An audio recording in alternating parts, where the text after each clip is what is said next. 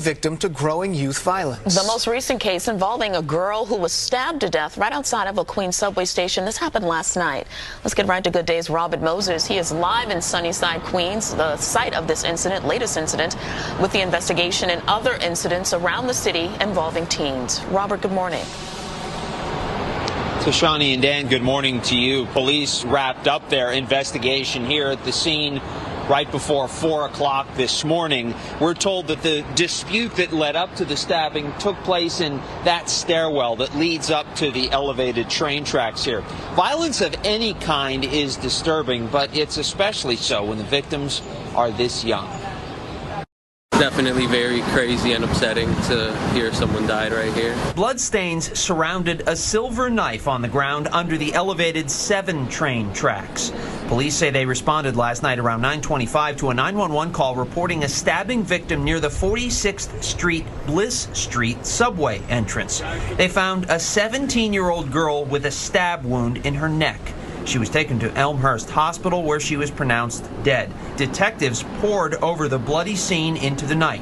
Sources say a person of interest, who is also a teenage girl, is in custody. It's shocking and terrible because I've been living in Sunnyside for like last 20 years. I've never seen anything like this, never heard anything like this. It's known as a very quiet, peaceful neighborhood. The Sunnyside stabbing is but one example of the violence harming young people recently in the city. On Tuesday, police say Makai Brown, who was just 16 years old, was shot and killed in Soho. Makai was an avid basketball player and commuted from East Flatbush to attend Broome Street Academy Charter High School, a short distance from where he was shot. Neighbor Lakeisha Jenkins has known him since he was 5. When we send our children out, whether it's to the store, to school, wherever, we expect our children to come back home to us. Police say 2 teenage boys were stabbed outside of a McDonald's yesterday afternoon in Crotona Park in the Bronx, a scene captured on Citizen app. Authorities say their injuries are not life-threatening. And exactly 1 week ago today, police say a 15-year-old girl fatally stabbed Emery Mizell, a 17-year-old girl, in the Soundview section of the Bronx.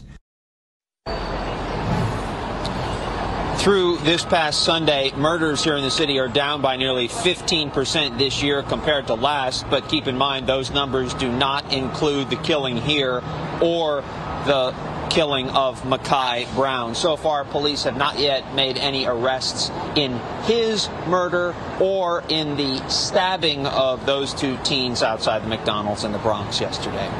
And we're live in Sunnyside this morning. Dan and Tashani, back to you. A disturbing trend for sure, Robert. Thank you.